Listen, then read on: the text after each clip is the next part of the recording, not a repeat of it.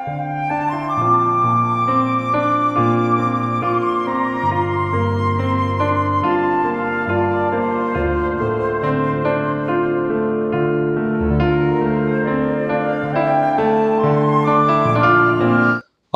இரட்சகருமாயிருக்கிற இயேசு கிறிஸ்துவின் விலையேற பெற்ற நாமத்தினாலே வாழ்த்துகிறேன். மீண்டும் உங்களை சந்திப்பதில் மிகுந்த மகிழ்ச்சி அடைகிறேன்.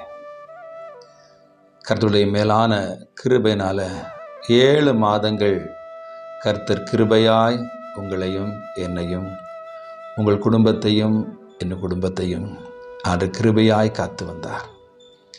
ஒரு புதிய மாதத்தின் முதல் நாளை ஆண்டவர் நமக்கு காண செய்திருக்கிறார். அவர் எவ்வளவு நல்ல ஆண்டவர்! ஆராய்ந்து முடியாத, எண்ணி முடியாத, சொல்லி முடியாத அதிசயங்களையும் அற்புதங்களையும் ஒவ்வொரு நாளிலும் உங்கள் வாழ்க்கையிலையும் என்னுடைய வாழ்க்கையிலும் தந்து அவர் நடத்துகிற விதங்களை பார்த்தீங்கன்னா மிக ஆச்சரியமாகவே இருக்கும். என் வாழ்க்கையிலையும் ஆண்டவர் எவ்வளவோ தடைகள், எவ்வளவோ போராட்டங்கள், எவ்வளவோ பிரச்சனைகள், எவ்வளவோ குறைவுகள் எல்லாவற்றிலும் ஆண்டவர் கூடவே இருந்து என்னை போஷித்து காப்பாற்றி இதுவரை கொண்டு வந்திருக்கிறார். உங்களையும் அப்படியே ஆண்டவர் கொண்டு வந்திருக்கிறார். இன்னும் நடத்துவார் என்று கலங்காதீங்க. இன்றைக்கும் ஒரு வாக்குத்தத்தமான ஒரு நல்ல ஒரு வார்த்தையை நம்ம தியானிக்க போகிறோம். எரேமியா 1ஆம் அதிகாரம் 8வது வசனம். நீ அவர்களுக்கு பயப்பட வேண்டாம், உன்னை காக்கும்படியாக நான் உன்னுடனே இருக்கிறேன் என்கிற நல்ல ஒரு வார்த்தை. எனவே நம்முடைய வாழ்க்கையில் பல சூழ்நிலைகளில் பயப்படத்தக்க சில சம்பவங்கள் வரும். நம்மை சோர்ந்து போக பண்ணுகிற, சில வேதனைப்படுத்துகிற சில காரியங்கள் நம்முடைய வாழ்க்கையில் ஒருவேளை வருவது உண்மைதான். அதனால தான் ஆண்டவர் சொல்கிறார், நீ பயப்படாத, நீ கலங்காத, திகையாத, நான் உன் தேவன், உன்னை பலப்படுத்தி உன்னை சகாயம் பண்ணுவேன், நீதியின் வலது கரத்தினால நான் உன்னை தாங்குவேன் என்று சொல்லி. எனவே பயம் நம்முடைய வாழ்க்கையில் அநேக பலவீனங்களை தான் கொண்டு வரும். நீ கர்த்தருக்குள் தைரியமாக இருங்க. யாத்திராகமம் 3வது அதிகாரம் 12 வாசிக்கிறேன், கேளுங்க. அதற்கு அவர், நான் உன்னுடனே இருப்பேன், நீ ஜனத்தை எகிப்திலிருந்து அழைத்து கொண்டு வந்த பின் நீங்கள் இந்த மலையில் தேவனுக்கு ஆராதனை செய்வீர்கள், நான் உன்னை அனுப்பினேன் என்பதற்கு இதுவே அடையாளம்.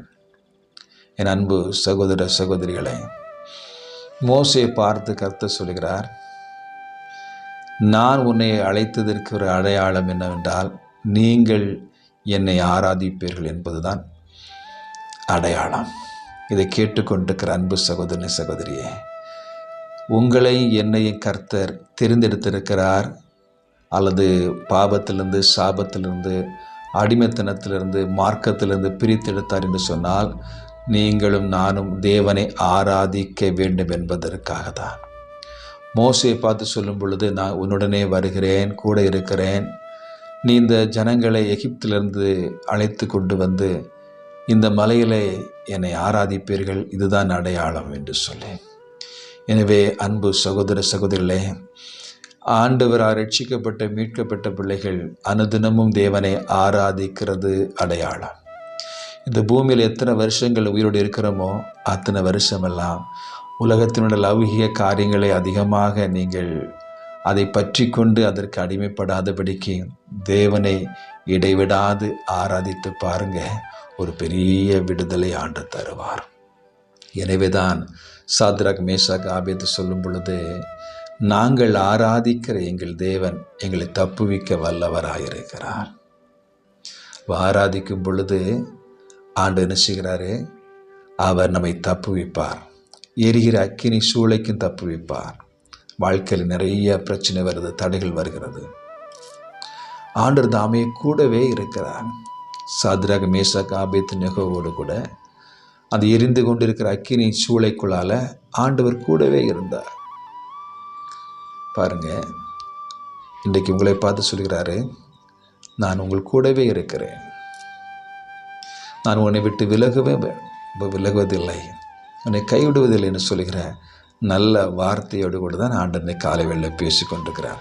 எனவே நமக்கு கலங்க வேண்டிய அவசியம் இல்லை. யோசுவா பார்த்து சொல்லும் பொழுது, யோசுவா 1:5 நீ உயிரோடு இருக்கும் நாளெல்லாம் ஒருவனும் உனக்கு முன்பாக எதிர்த்து நிற்பதில்லை. மோசையோடு இருந்தது போல உன்னோடு இருப்பேன். நான் உன்னை விட்டு விலகுவதும் இல்லை, உன்னை கைவிடுவதும் இல்லை. எவ்வளவுக்கு ஒரு நல்ல ஒரு நம்பிக்கை ஊட்டுகிற வார்த்தை பார்த்தீங்களா? கர்த்தர் மோசையோடு கூட இருந்து லட்சக்கணக்கான ஜனங்களை எகிப்தின் அடிமைத்தனத்திலிருந்து விடுதலையாக்கி கொண்டு வந்ததை போல. அப்பொழுது மோசை கொண்டு வரல, தேவன் கூட இருந்தார். இஸ்ரவேல் ஜனங்களுக்கு விரோதமாக அநேக யுத்தங்களை கர்த்தரை நடப்பித்தார். மோசையோ அல்லது யோசுவாவோ அதை யுத்தத்தை நடப்பிக்கவில்லை. கர்த்தரே பராக்கிரமசாலியாக இருந்து அந்த ஜனங்களுக்கு மீட்புக்காக கூட இருந்து எதிராய் வந்த சத்துருக்களை எல்லாம் முறியடித்தார். எனவே இவளை பார்த்து, அதோ மகா ஒரு தேவன் அவர்களோடு கூட இருக்கிறார், ஒரு பராக்கிரமான தேவன் அவர்களோடு இருக்கிறார், எனவே அவர்களை எதிர்க்க முடியாது, அவர் மலைகளின் தேவன், பள்ளத்தாக்கின் தேவன் என்று சொல்லி அதை அவர்கள் பயந்தார்கள். என் அன்பு சகோதர சகோதரிகளே, இந்த மாதத்தின் முதல் நாளில் இந்த வார்த்தை கேட்டுக்கொண்டிருக்கிற நீங்கள் நானும், கர்த்தர் உங்களோடு கூட இருக்கிறதை புற ஜாதிகள் கண்டு பயப்படுகிற பெரிதான காரியத்தை ஆண்டவர் இந்த நாளில் இருந்து உங்களுக்கு செய்ய போகிறார். நீங்கள் கலங்காதீங்க. மோசையோடு சொன்ன தேவன், யோசுவோடு இருந்த தேவன், அதே தேவன் உங்களோடு கூட இருந்து என்ன செய்வார்? பெரிதான காரியங்களை செய்வார் என்பதை அறிந்து கொள்ளுங்க. ஒரு வேதபதி வாசிக்க கேளுங்க. எரேமியா 15வது அதிகாரம் 20வது வசனத்தை வாசிக்கிறேன் கேளுங்க. 20-21. உன்னை இந்த ஜனத்துக்கு எதிரே அரணான வெங்கல அலங்கமாக்குவேன். அவர்கள் உனக்கு விரோதமாக யுத்தம் பண்ணுவார்கள், ஆனாலும் உன்னை மேற்கொள்ள மாட்டார்கள். உன்னை ரட்சிப்பதற்காகவும் உன்னை தப்புவிப்பதற்காகவும் நான் உடனே இருக்கிறேன் என்று கர்த்தர் சொல்கிறார். யுத்தம் பண்ணுவார்கள் அப்படி என்றால் பிரச்சனையே வராதா பாஸ்டர்னு கேட்குறீங்க. ஒருவேளை ஆண்டவர் கூட இருந்தாலும் ஒருவேளை கோத்திரங்கள் பிரச்சனைகள் வரலாம். இயேசு கிறிஸ்துவும் கூடவே இருந்தார். அந்த கப்பல் பிரயாணத்தில் அந்த காற்று வீசியது, புயல் வந்தது. பாருங்க, யுத்தம் பண்ணுவார்கள், ஆனாலும் உன்னை மேற்கொள்ள மாட்டார்கள். அப்படி என்றால் வாழ்க்கையில் போராட்டங்கள், பிரச்சனைகள் எல்லாம் வரும், ஆனால் சத்ரு மேற்கொள்ள முடியாது, சத்ரு ஜெயிக்க முடியாது. கர்த்தரே பராக்கிரமசாலியாய் கூட இருந்து உங்களை தப்புவிப்பதற்கு அவர் வல்லவராய் இருக்கிறார். வாழ்க்கையில் போராட்டங்கள், நஷ்டங்கள், வியாதிகள், பலவீனங்கள், இல்லாமைகள், அவமானங்கள், பயங்கள், நடுக்கங்கள் எல்லாம் வரலாம். ஆனால் அவர்கள் உங்களை மேற்கொள்ள முடியாது, அல்லது அவைகள் உங்களை மேற்கொள்ள முடியாது. ஏனென்றால் கர்த்தரே உங்களோடு கூட இருந்து யுத்தம் பண்ணுகிற நல்ல ஆண்டவர் என்பதை இந்த காலை வேளையில் நினைவு கூறுங்க. பாருங்க, நீ அவர்களுக்கு பயப்பட வேண்டாம், உன்னை காக்கும்படி நான் உன்னுடனே இருக்கிறேன்கிற நல்ல வார்த்தை. அவர் நம்மோடு கூட வரும் பொழுது ஒரு மிகுந்த தைரியம் வரும். ஆண்டவர் கூட வரும் பொழுது நமக்கு மிகுந்த மகிழ்ச்சி வரும். அவரே நம்மோடு கூட இருந்து காரியங்கள் நடப்பிப்பார். உபாகமம் 31ஆம் அதிகாரம் 6ஆம் வசனத்தை வாசிக்கிறேன் கேளுங்க. நீங்கள் பலன் கொண்டு திடமனதாய் இருங்கள், அவர்களுக்கு பயப்படவும் திகையும் வேண்டாம். உன் தேவனை கர்த்தர் தாமே உன்னுடன் கூட வருவார், அவர் உன்னை விட்டு விலகுவதுமில்லை, உன்னை கைவிடுவதுமில்லை என்று சொன்னார். பாருங்க, நீங்கள் பலன் கொண்டு திடமனதாய் இருங்க. பிரச்சனைகள் வரும் பொழுது, போராட்டம் வரும் பொழுது சோர்ந்து போகும். ஆண்டவரே, எனக்கு இவ்வளவு பிரச்சனை, ஆண்டவரே உண்மைதானே பற்றி கொண்டிருக்கிறேன், உண்மை ஆராதிக்கிறேன், எல்லா சூழ்நிலைகளும் ஆண்டவர் உண்மை நம்பி இருக்கிறேனே என்று சொல்லி ஒருவேளை நீங்கள் ஆண்டு சமூகத்தில் பிரச்சனை வரும் பொழுது முறையிடலாம். வேதம் சொல்லுது பார்த்தீங்களா, பலன் கொண்டு திடம் மனதாக இருங்க. எனவே பிரச்சனை கண்டு சோர்ந்து போகாதீங்க. பிரதர், எனக்கு வாழ்க்கையில் இவ்வளவு பிரச்சனை வந்துட்டு, கொடூரமான ஒரு காரியம் வந்துட்டு, இல்லை கொடூரமான ஒரு வியாதி வந்துட்டு, அல்லது பெரிய ஒரு பிரச்சனை எங்கள் வாழ்க்கையில் வந்துட்டு, எனக்கு லட்சக்கணக்கான ஒரு நஷ்டம் வந்துச்சு, லட்சக்கணக்கான ரூபாய் கடன் வந்து விட்டது, என் பிள்ளைகள் சீர்கெட்டு போயிட்டாங்க, மீட்டுக்கொள்ள முடியுமா? என்னுடைய கணவர் குடிப்பழக்கத்தை அடிமைப்பட்டு அவர் அதிகமாய் குடிக்கிறார், அல்லது மீளவே முடியலை, நான் உம்மை ஆராதிக்கிறேன், அன்பு செய்கிறேன், என் வாழ்க்கையில் வர துன்பங்களுக்கு கணக்கே இல்லை என்று சொல்லி போராடி கொண்டிருக்கிறீங்களா? கலங்காதீங்க. எனவே நீங்கள் பலன் கொண்டு திடமனதாக இருங்க. நிச்சயமாக ஆண்டவர் நம்மை கைவிடுகிற தேவன் அல்ல. அவர் நம்மோடு கூட வருவார். நம்மை விட்டு விலகுவதில்லை, நம்மை கைவிடுவதில்லை. லட்சக்கணக்கான ஜனங்கள், இஸ்ரவேல் ஜனங்களுக்கு முன்பாகவும் பின்பாகவும் ஆண்டவர் இருந்தார். மேக ஸ்தம்பமாய் இருந்தார், அக்கினி ஸ்தம்பமாய் இருந்தார், அக்கினி தூணாய் இறங்கி வந்தார். 2 சேனைகளும் ஒன்றோடு கூட மோதாதவர் இரவு முழுவதும் அக்கினி தூணாயிருந்து இஸ்ரவேல் ஜனங்களுக்கு வெளிச்சமாய் இருந்தார். அவர்களுக்கு அந்தகாரமாய் இருந்தது. உங்களுக்கு விரோதமாய் எழும்புகிற சத்துருக்கு அந்தகாரத்தை உண்டு பண்ணுவார், உங்கள் வெளிச்சத்தை உண்டு பண்ணுவார். உங்களுக்கு அவர் கூடவே வருவார். ஜனங்கள் எப்போது முறுமுறுக்க ஆரம்பித்தார்களோ அப்பொழுதுதான் சொன்னார், நான் உங்கள் கூட வரேன் என்று சொல்லி. என் அன்பு சகோதர சகோதரிகளே, நமக்கு ஜெயம் வரும் பொழுதெல்லாம் சந்தோஷப்பட்டு கர்த்தரை நாமத்தை மகிமைப்படுத்துகிறோம். நமக்கு பிரச்சனை வரும் பொழுதெல்லாம் அதே போல் ஆண்டு சமூகத்தில் துதித்து தேவநாமத்தை மகிமைப்படுத்த கற்றுக்கொள்ள வேண்டும். ஆனால் மாறாக பிரச்சனை வரும் பொழுது தேவ சொந்த முறுமுறுக்கிற பிள்ளைகளாக இருக்கிறோம். இதே போல தான் இஸ்ரவேல் ஜனங்கள் பிரச்சனை வந்தபோது முறுமுறுத்தாங்க, ஜெயம் வந்தபோது துதித்தார்கள். செங்கடலை 2ஆக பிளந்தவுடனே கர்த்தர் வெற்றி சிறந்தார், பார்வோனுடைய சேனைகளையும் ரதங்களையும் கடலில் மூழ்கடித்தார் என்று சொல்லி ஜெய கம்பீரமாய் பாடி துதித்து ஆர்ப்பரித்தார்கள். அதே ஜனங்கள், அதே வாய்தான் மாறா வந்தபோது கசந்து போய்விட்டது தண்ணீர் என்று சொல்லி தேவனுக்கு விரோதமாய் முறுமுறுக்க ஆரம்பித்தார்கள். என் அன்பு சகோதர சகோதரிகளே, அப்படி என்றால் கர்த்தர் உங்களோடு கூட இல்லையா? இருக்கிறாரு. நம்முடைய வாழ்க்கையில் சில சோதனைகள் அவசியம், சில பாடுகள் அவசியம், சில கஷ்டங்கள் அவசியம். அநேக உத்திரங்கள் வழியாக தான் பரலோகராஜ்யத்தில் பிரவேசிக்க முடியும் என்று வேதம் சொல்கிறது. பிரச்சனைகளை கண்டு, தோல்வியை கண்டு பயந்து விடாதீங்க. ஆண்டவர் கூடவே வருவார். லட்சக்கணக்கான ஜனங்களை மீட்கும்படியாக அவர் கூடவே இருந்தார். அது நம்மை விட்டு விலகிறதில்லை, கைவிடுவதில்லை. நிச்சயமாக நம்மை ஆசீர்வதித்து உயர்த்துகிற நல்ல ஆண்டவர் என்பதை நீங்கள் ஒரு நாள் மறந்து விடாதீங்க. எரேமியா 20:11 வாசிக்கிறேன், கேளுங்க. கர்த்தரோ பயங்கரமான பராக்கிரமசாலியாய் என்னோடு இருக்கிறார். ஆகையால் என்னை துன்பப்படுத்துவர்கள் மேற்கொள்ளாமல் இடறுவார்கள். தங்கள் காரியம் வாய்க்காதபடினால் மிகவும் வெட்கப்படுவார்கள். பாருங்க, மறக்கப்படாத நித்திய லட்சியை அவர்களுக்கு உண்டாக்கும். பாருங்க, பயங்கரமான பராக்கிரமசாலியாய் கர்த்தர் என்னோடு இருக்கிறார். இந்த காலை வேளை சொல்லுவீங்களா? கர்த்தர் பயங்கரமான பராக்கிரமசாலியாக என்னோடு கூட இருக்கிறார். எனவே எனக்கு விரோதமாய் வருகிற சத்துருக்களை கண்டு நான் அஞ்ச மாட்டேன், நான் பயப்பட மாட்டேன். அவர்கள் லட்சியம் அடைவார்கள், அவர்கள் அவமானம் அடைவார்கள். என்னை நிந்தித்தவர்கள், எனக்கு விரோதமாய் எழும்பினவர்களுக்கு கர்த்தரை யுத்தம் செய்வார் என்று இந்த காலை வேளையில் சொல்லுங்க. கர்த்தர் பராக்கிரமசாலியாக என்னோடு கூட இருக்கிறார். இஸ்ரவேல் ஜனங்களுக்கு பராக்கிரமசாலியாக இருந்து எல்லா யுத்தத்தையும் நடப்பித்தார், ஒரு ஜெயத்தை கொடுத்தார். எனவே சுற்றி இந்த ராஜாக்கள் எல்லாம் பயந்து நடுங்கினாங்க. அந்த ஜனத்தை பார்த்து அல்ல, அவர்களோடு இருக்கிற தேவனை பார்த்து.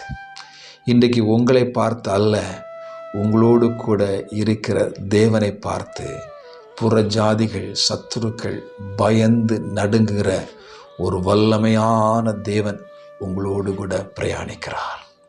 ஒரு வல்லமையான தேவன் உங்களோடு கூட வருகிறார் என்பதை மறந்து விடாதீங்க.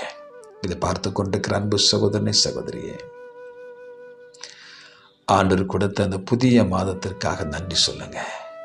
எத்தனையோ பேர் இந்த புதிய மாதத்தின் முதல் நாளை காணாமல் ஓட்டத்தை முடித்திருக்கலாம். ஆனால் உங்களுக்கும் எனக்கும் ஜீவனை, ஆயுசு நாட்களை கூட்டி கொடுத்திருக்கின்றார். ஆண்டவருக்காக எதையாயிலும் செய்யுங்க.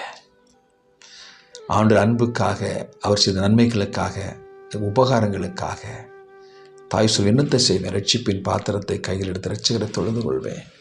அவர் இடைவிடாத ஆராதிங்க, தொழுது கொள்ளுங்க. ஆண்டவர் மோசையோடு கூட இருந்து ஜனங்களை நடத்தி கொண்டு வந்து நீங்கள் இந்த மலைகளை என்னை ஆராதிப்பீர்கள், இதுதான் அடையாளம் என்று சொன்னார். என் அன்பு சகோதரனே, சகோதரியே, நீங்கள் நானும் எங்கேயோ வாழ்ந்து, எங்கேயோ பிறந்து வளர்ந்து பாவத்தில் உழன்று இருந்த உங்களை என்னை தேவன் தேடி வந்து ரட்சித்தார், உன்னை அபிஷேகித்தார், உன்னை உணவு உடுக்க உடையும் தந்தார், உன்னை உயர்த்தினார், உயர்ந்த ஸ்தலங்களில் உட்கார வைத்திருக்கிறார். தேவனை ஒரு நாளும் மறந்துடாதீங்க. சோதனை வரும் பொழுது ஆண்டவர் என் கூட இல்லையே என்று சொல்லி பயப்படாதீங்க. எல்லா சூழ்நிலையிலும் ஆண்டவர் உங்களோடு கூட தான் இருக்கிறார். எல்லா சூழ்நிலையிலும் கர்த்தர் என்னோடு கூட தான் இருக்கிறார். என் வாழ்க்கையில் வந்த அநேக கசப்பான அனுபவத்திலும் ஆண்டவர் கூடவே தான் இருந்து என்னை திடப்படுத்தினார். மார்த்தாள் மரியாள் வீட்டில் லாசரு மரித்த போது அவர் இல்லாமல் இருந்தார். மீண்டும் அவர் வந்தபோது கண்ணீர் விட்டு அழுதார். ஏனென்றால் அந்த குடும்பத்தாரோடு கூட நன்மையையும் தீமையும் பகிர்ந்து கொண்டார்.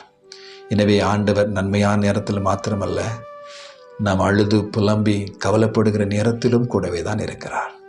ஆண்டவரே, நான் துக்கப்படுகிறேன், நான் கவலைப்படுகிறேன், இந்த வியாதி கொடூரமான வியாதி, மரணத்துக்கு ஏதுவாக இருக்கிற வியாதியாக இருக்குன்னு சொன்னபோது எசேக்கியாய் சோர்பக்கமாய் திரும்பி அழுது மன்றாடி தேவ சமூகத்தை நோக்கி ஜெபித்த போது 15 ஆண்டுகளை கர்த்தர் கூடுதலாய் கொடுத்து அவனை ஆசீர்வதித்தார்.